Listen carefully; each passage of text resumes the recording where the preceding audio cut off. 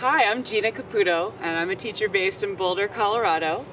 And today what I'd love to do is do a little tutorial on one of my favorite poses, Titibhasana, Firefly Pose. I love it because it's got a very high level of absurdity, and I think it's good for adults.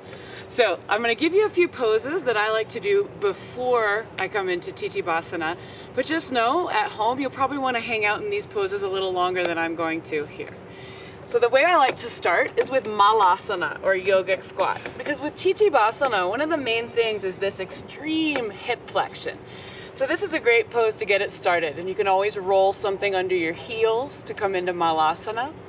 Then I like to make a fist with one hand, press into my leg, open up, and just gets a little deeper, and it starts to bring your thighs back alongside your ribs where they're going to end up in Titibhasana.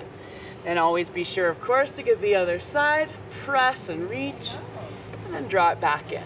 Then from here we want to make sure we also have hamstrings nice and long. So go ahead and lift your hips.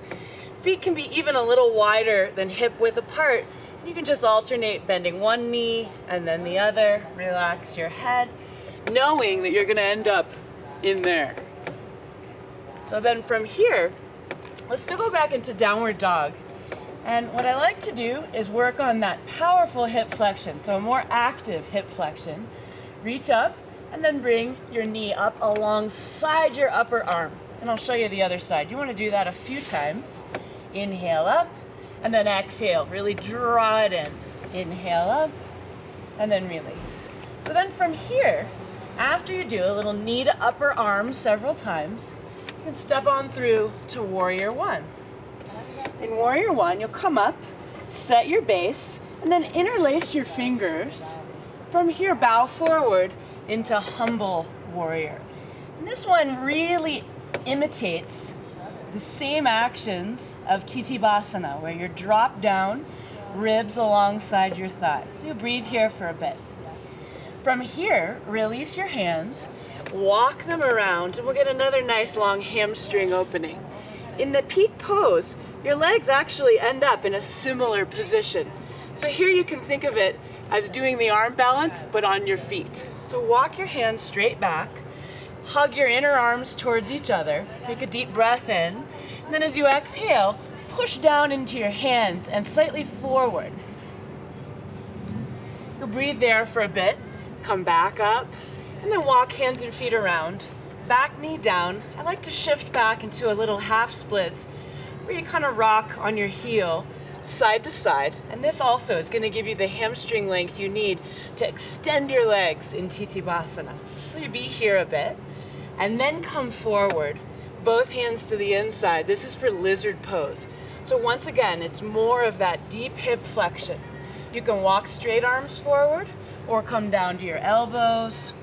And then try to press your leg into your arm rather than let it flop out. Breathe there for a bit, come on up, and then you can just step forward and you're back.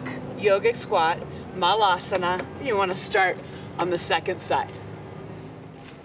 So now, after you've prepped your body doing some of those poses and really marinating in them for a while, it's time to give it a try. So Titibhasana, again, starts in this little squat position. I'll give you the way I like to come into it. There's lots of different ways, but I feel like this one really works for most people.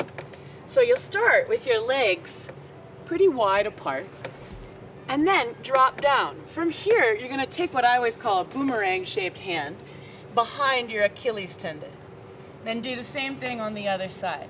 Now from here, you want to try to do this, almost feels like snuggling your shoulders behind your knees.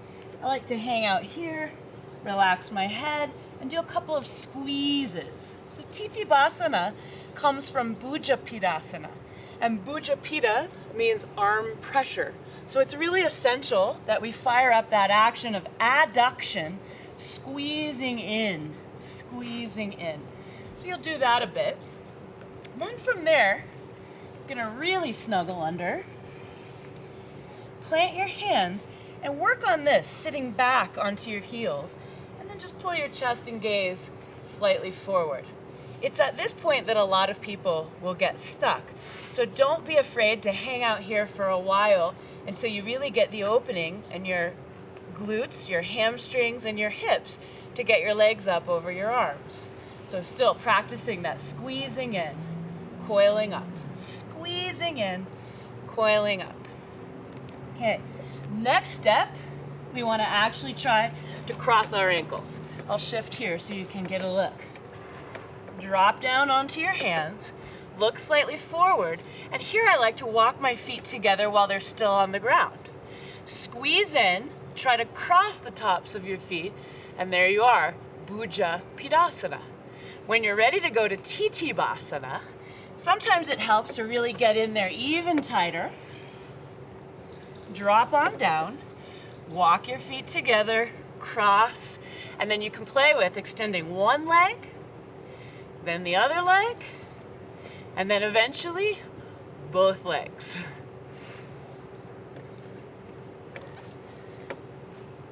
So Titibhasana is not an easy pose, and it can take a long time to start to get that opening that you need to come into the pose and be able to extend your legs. I'll tell you with certainty, we fall back onto our butts a lot working with this pose.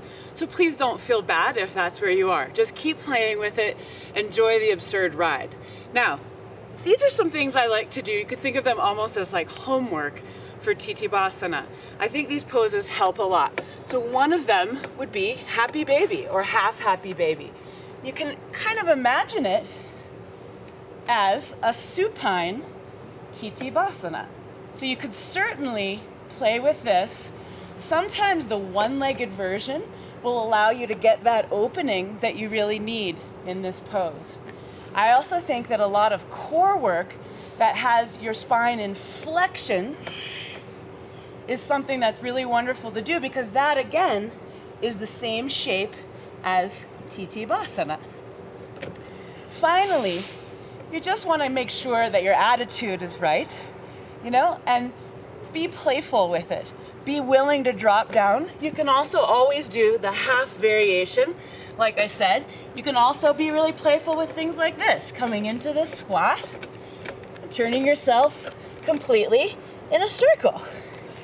Main thing is, if you take yourself lightly, you're far more likely to fly.